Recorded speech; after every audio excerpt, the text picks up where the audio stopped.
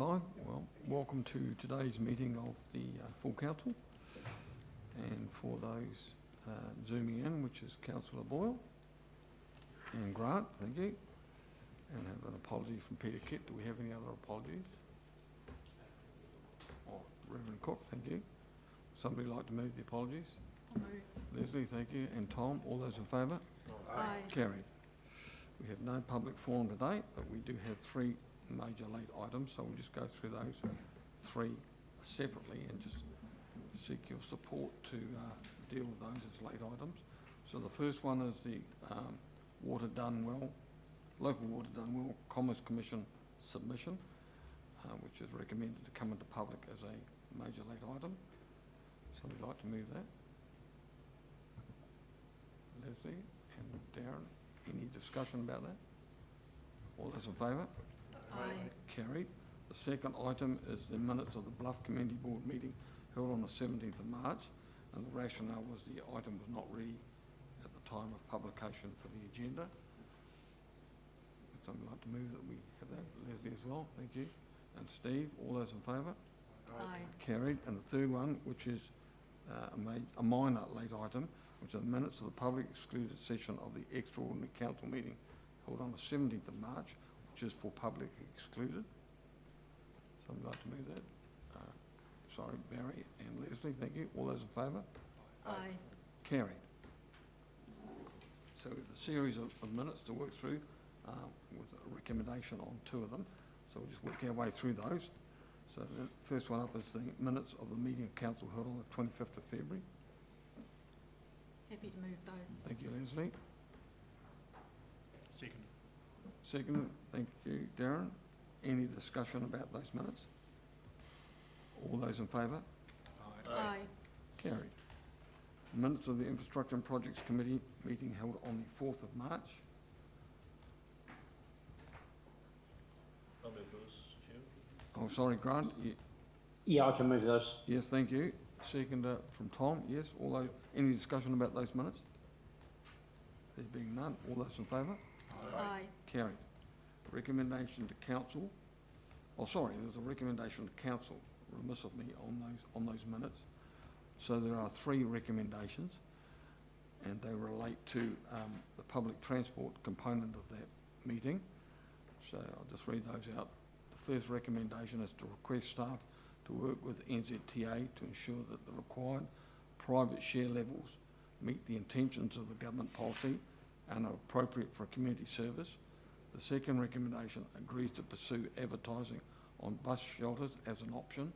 And the third one, which was option 2, was to consider all income streams available to council other than direct council funding, which included additional NZTA funding and including advertising as accepted by the NZTA. So there were three recommendations from that meeting. If somebody would like to move those. Yeah, happy to move those. Yes, thank you, Grant. Second, Leslie, thank you. Any discussion about those recommendations? There being done, all those in favour? Aye. Carried, thank you. Minutes of the extraordinary meeting of council held on the 7th of March. I'll move those. Thank you, Leslie. I'll second. Second, thank you. Alex, any discussion about those? Being none, all those in favour? Aye. Carried. The minutes of the extraordinary council meeting held on the 11th of March. Barry, a mover. Seconded. Second, Leslie, thank you. Any discussions? There being none, all those in favour? Aye. Aye. Carried, thank you. Minutes of the Finance and Policy meeting held on Tuesday, the 18th of March. A mover. I'll move those. Leslie, thank you. Recommendation to council. Yep. So the recommendations that sit alongside those minutes are two. One is to approve the budget adjustments outlined in schedule of changes to the planned budget in quarter 2. And the second recommendation relates to the financial update on the 31st of January and reads to approve the budget adjustments outlined in the financial update as at 31st of January 2025 report, and note these budget adjustments have been used to form the base position for the annual plan 25-26, opening net debt position for consultation. We've got Leslie, seconder for that. Darren, thank you. Any discussion about the minutes or the two recommendations to council? There being none, all those in favour? Aye. Carried. Minutes of the extraordinary council meeting held on the 18th of March. I'll move, Chair. Tom, thank you. Second. Seconder Leslie. Any discussion about those minutes? There being none, all those in favour? Aye. Carried. The Local Government New Zealand Local Electoral Reform draft position paper that was received. A mover and a seconder for that. I'll move. Alex, oh sorry, Trish as well? Yep. Yeah, thank you. And Alex is the seconder? Yep. Yeah, thank you. Any discussion about that reform paper? Yes, Rangi. Yes, when you look at the reform paper, it has a lot of suggestions which are not new, but what they do seem to omit in the electoral reform is a thought of the way or the method that the mayor is elected. Now, this is really food for thought. Currently, there are two ways that the mayor or chair is elected in New Zealand. The most common for territorial authorities is it's a separate vote for the mayor position. And then there's the way the regional councils do it, and the way they do it is the council is elected, and at their first meeting they then vote amongst themselves to provide a chair that will lead them. Now, the reason I raise this is I think it underplays, what is being underplayed is the actual importance of the role of the mayor. Now, Section 41A, Local Government Act, spells out that the role of the mayor is to lead the territorial authority through plans, including the long-term plan, the annual plan, policies and budgets for consideration by the members. Now, in the first option, where the mayor is elected at large by a group of people, you have the chance of a mayor that's never been in local government before. Never at all been in local government. He arrives on the doorstep, first up. Shame. They, Sorry? rather than he or she. Actually, no. The gender, I've just actually been to a course where gender is specifically used in the male sense, as in to man. So, sorry, I don't agree with you there, Trish. So, Okay. so they. In that case, I suspect. So, hang on, so let me call this out.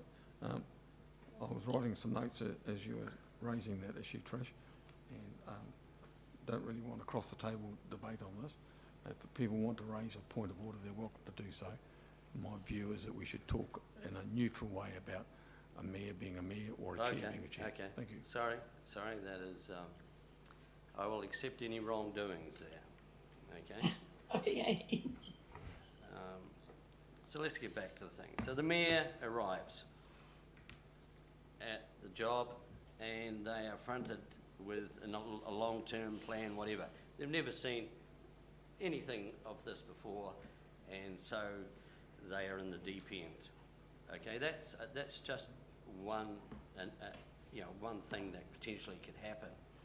The other thing that brings the attention to me of the need for a look at the system is the Taxpayers Union have done a mayoral approval poll.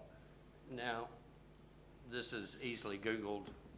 Anyone can do this, just type in those very words and you'll come up with the poll that they established, and it's not a good look for the way each territorial authority views its mayor.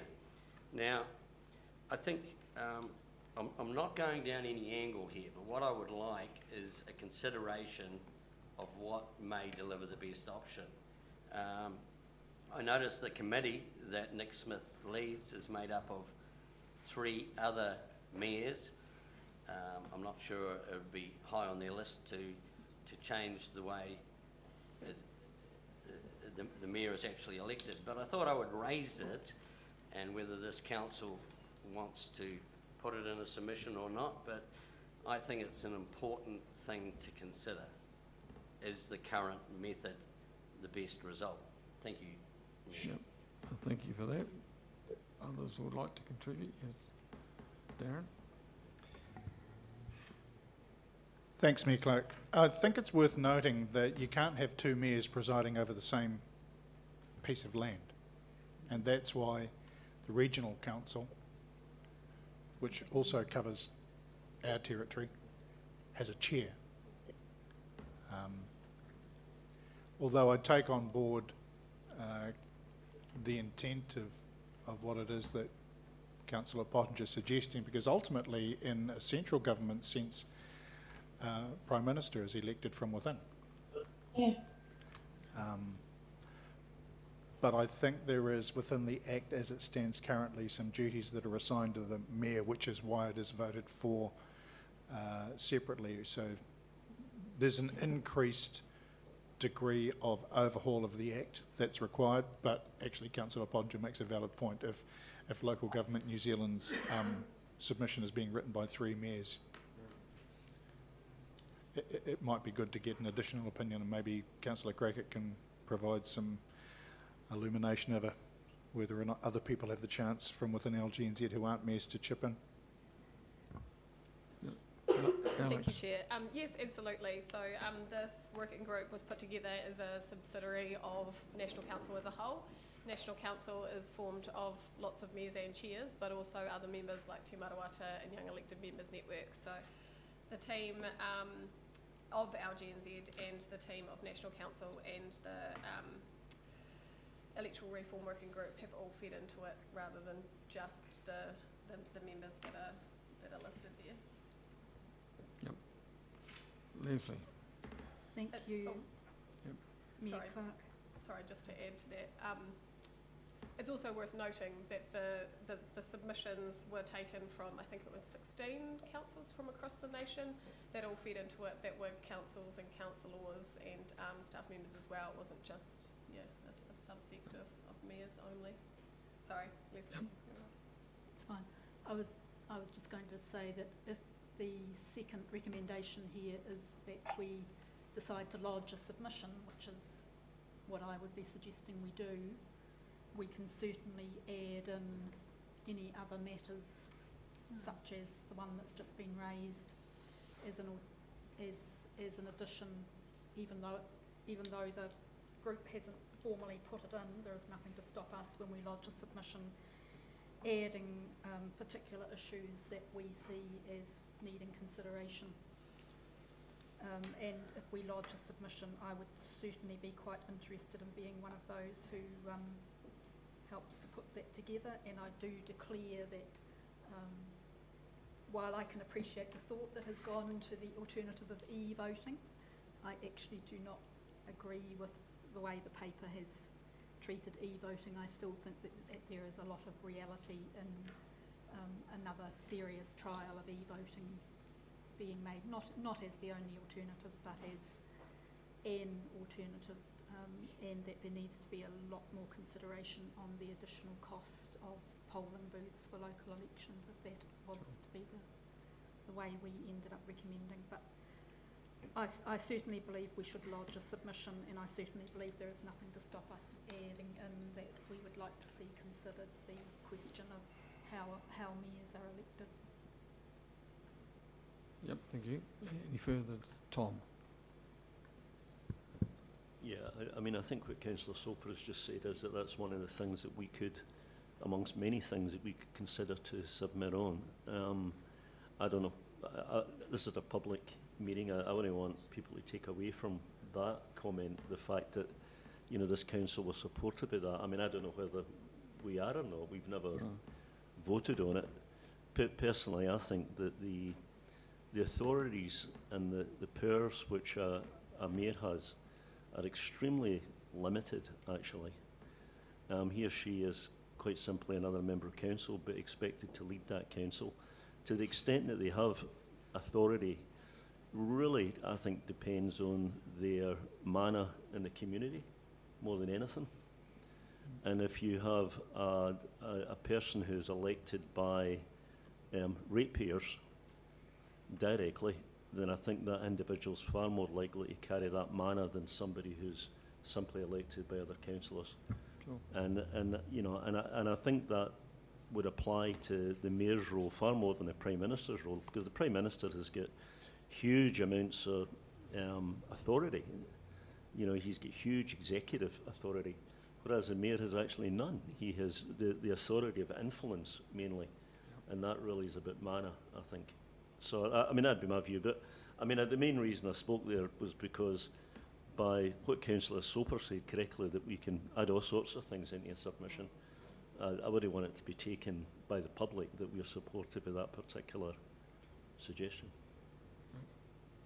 Does need to come back to council. Ria? Thank you, Mr. Chair.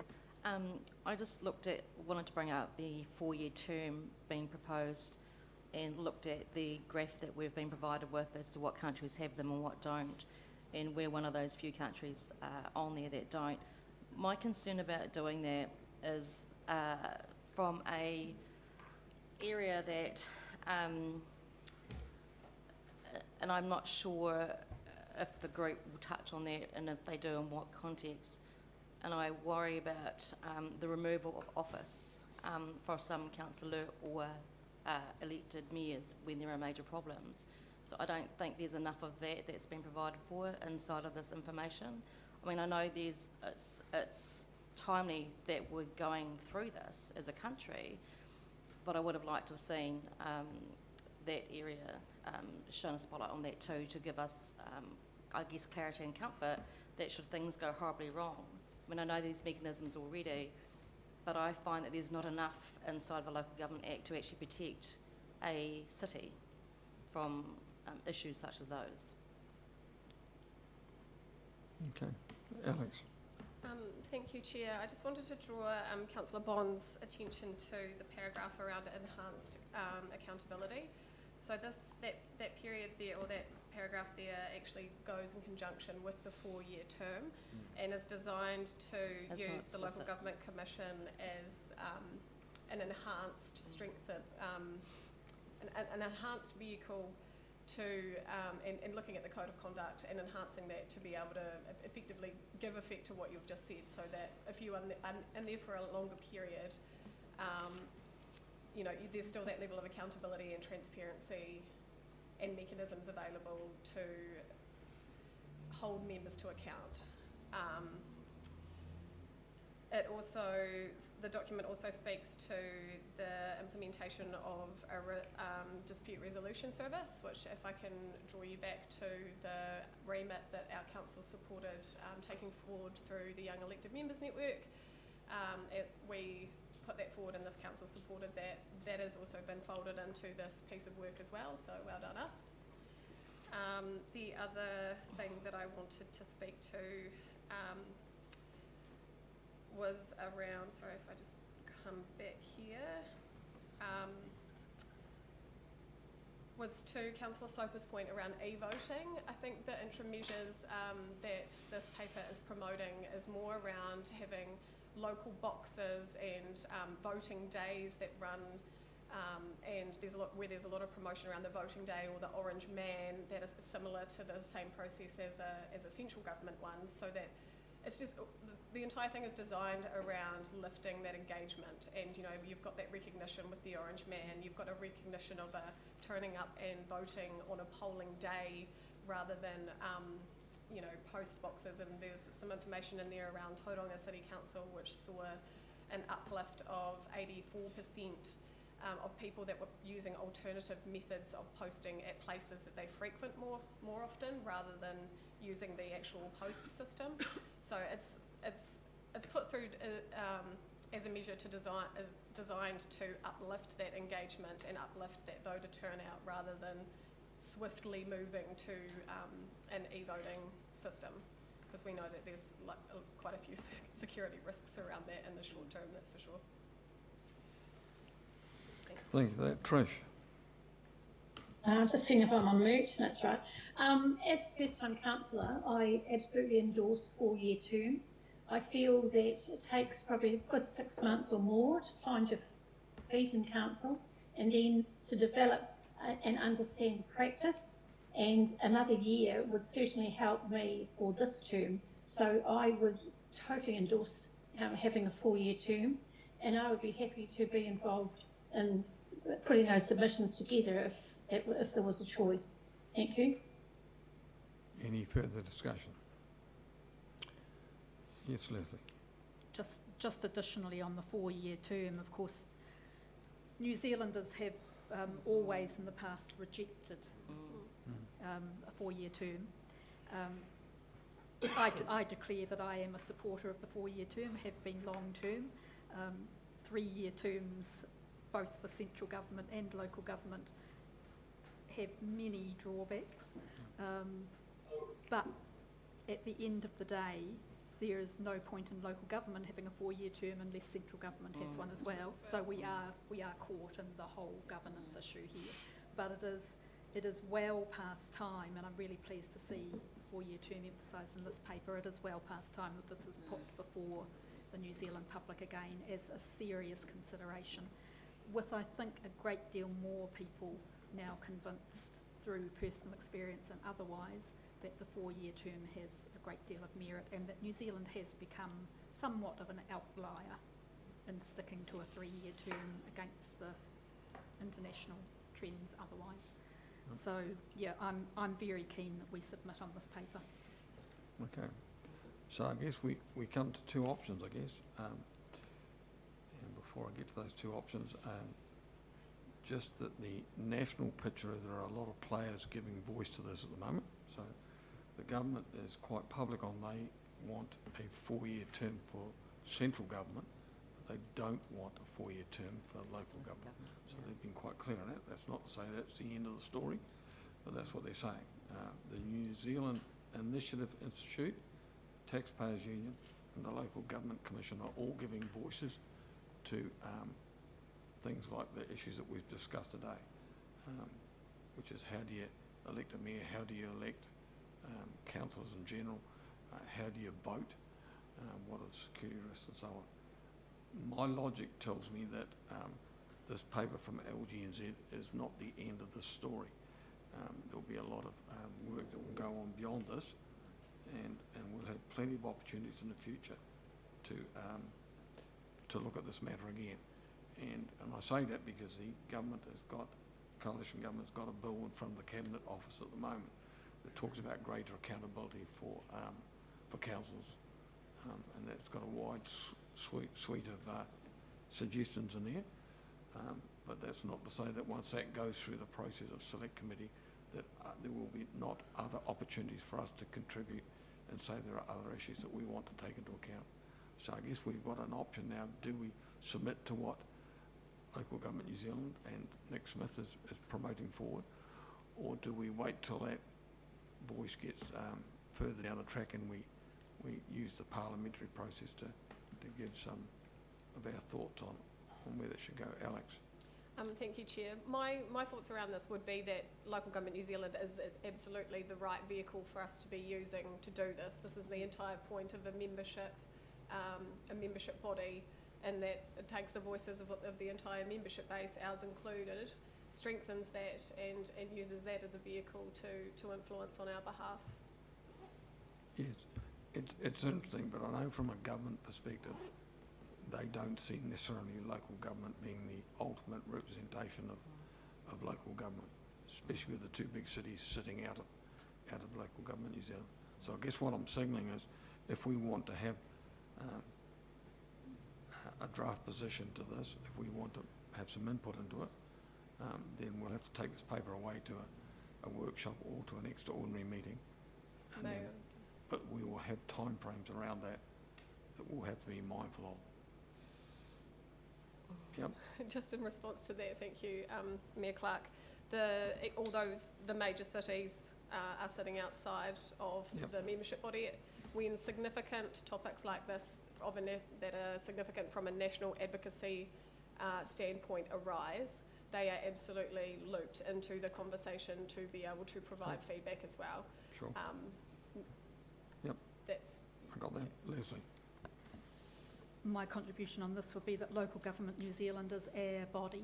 Yep. It would be, in my mind, extremely odd on a paper of this importance if we did not become part of the group commenting on our own body's draft paper, especially when it raises so many issues. And quite frankly, if we want advocacy on these issues, and I believe it is extremely important that we do, because local electoral reform is of a huge amount of importance, then using the opportunity of our own Local Government New Zealand Electoral Reform Working Group having produced a paper and asking for submissions is just an opportunity for us to be part of the picture. And if we want to see things happen, we need to be part of the picture. Okay. Yep, that's fine. So we've got a suite of 4 recommendations with that paper. The first one is to receive the draft position, so I'll put that shortly. The second is whether we want to lodge a submission or not, and it seems like we do want to lodge a submission. The third one is to delegate councillors and Mana Whanau reps to provide feedback to staff in preparing that submission.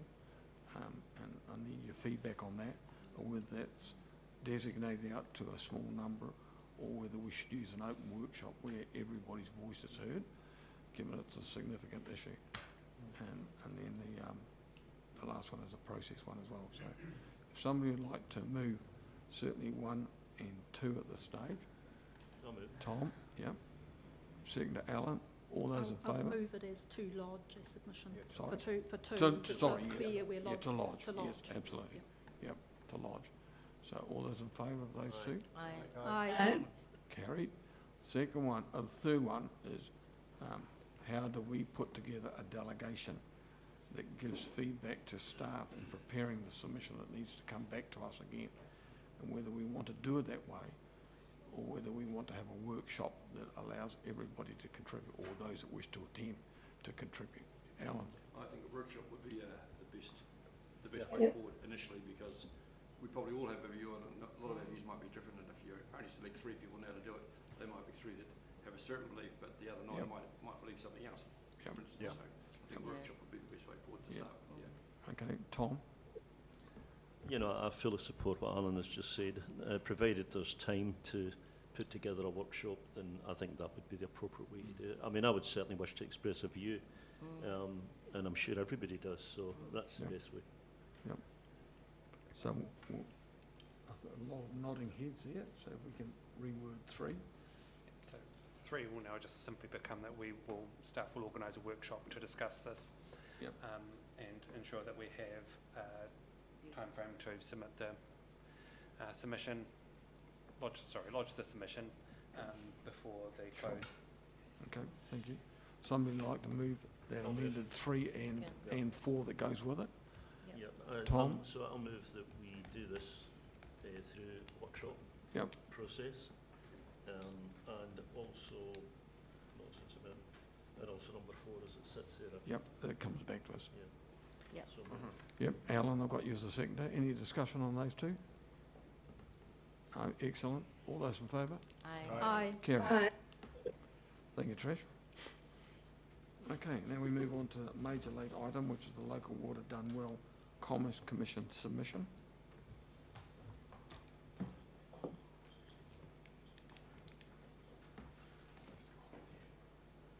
Welcome, Jamie and Aaron.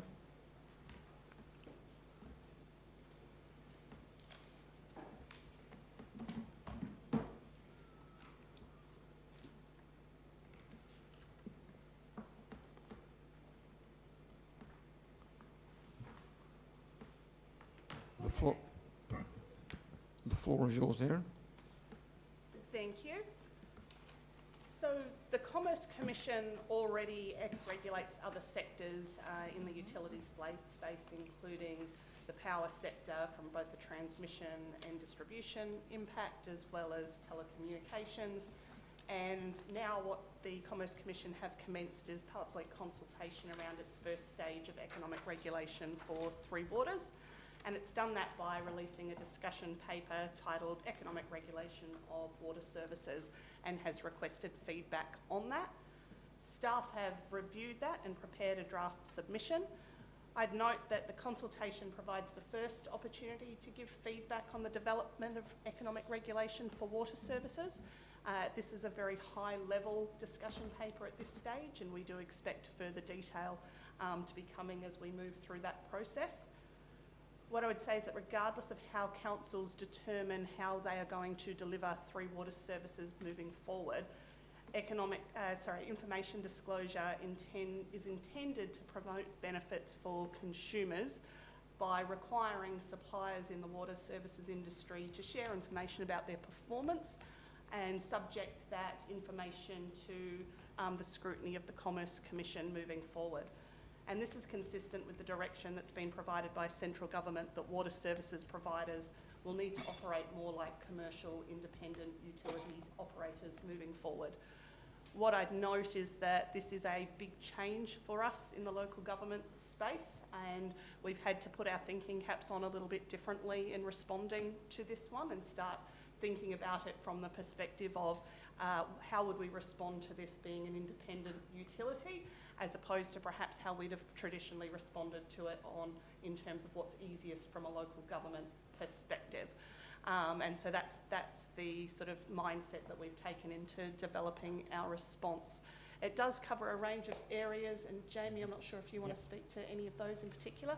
Yeah, so there's four main areas they're looking at: the quality of quality of the service, should I say, asset management, financial, and also pricing and contracts. They're the main focus areas they're looking at the moment. Again, there's no detail of what exactly they're looking at within those areas. That will come with the next paper once the legislation for the Bill 3 is enacted. The Commerce Commission has 6 months from that point to deliver the information disclosures. Cool.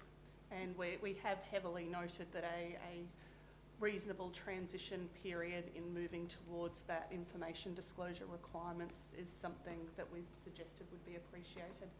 Happy to take any questions. Yep, so first one from me, Aaron. So this is a user pays audit. So the Commerce Commission will attach fees to this council for the work that they are going to do. And while Jamie said their initial focus was in 4 areas, that's not to say that that focus cannot shift over time. No, and what's come through the analysis of the water services legislation is that initially they're doing that charging for regulatory services on a population basis, but they have indicated that over time that will move more towards a user pays, and that the essentially easier council or organisation you are to audit, the less you will pay, and perhaps the more scrutiny you require, the more you will pay. But initially it's population-based, the cost set up. So as a flow-on question to that, so the options that we are looking at, which include an internal organisation, an Invercargill CCO and a Southland CCO, the wider the partnership, the more complex, I guess, the audit will be. Is that what you're saying? I'm not trying to trap you on that, but just to say that I guess once you have multiple players with multiple needs, it gets a bit more complex. I think that that would be fair to expect. Yep. What I would say though is I do think in the initial stages, there has probably been a central government preference for councils to move towards what are perceived as independent CCOs, and some concerns around whether or not local government keeping things in-house can meet their requirements. So I would expect some additional scrutiny from them initially until such time as their concerns were appeased. Okay, thank you. Any further questions? You get off very light today. All right, we have 2 recommendations. One is that we received the report, and the second one is to approve the attached submission to enable lodgement to the Commerce Commission by the 26th of March 2025. I'll move both. Move it. Yep, thank you, Tom, and thank you, Leslie. Any further discussion? No, all those in favour? Aye. Carried. Carried. And we have one minor late item, which is a minute of the Bluff Community Board meeting held on the 17th of March. Barry, thank you. I can second. And Grant, thank you very much. Any discussion about those minutes? There being none, all those in favour? Aye. Aye. Carried. And now we move into public excluded, and we have 5 items to discuss in there. And so I'll just quickly run through those. The minute of the public excluded session of council held on the 25th of February. Public excluded session of extraordinary council held on the 7th of March.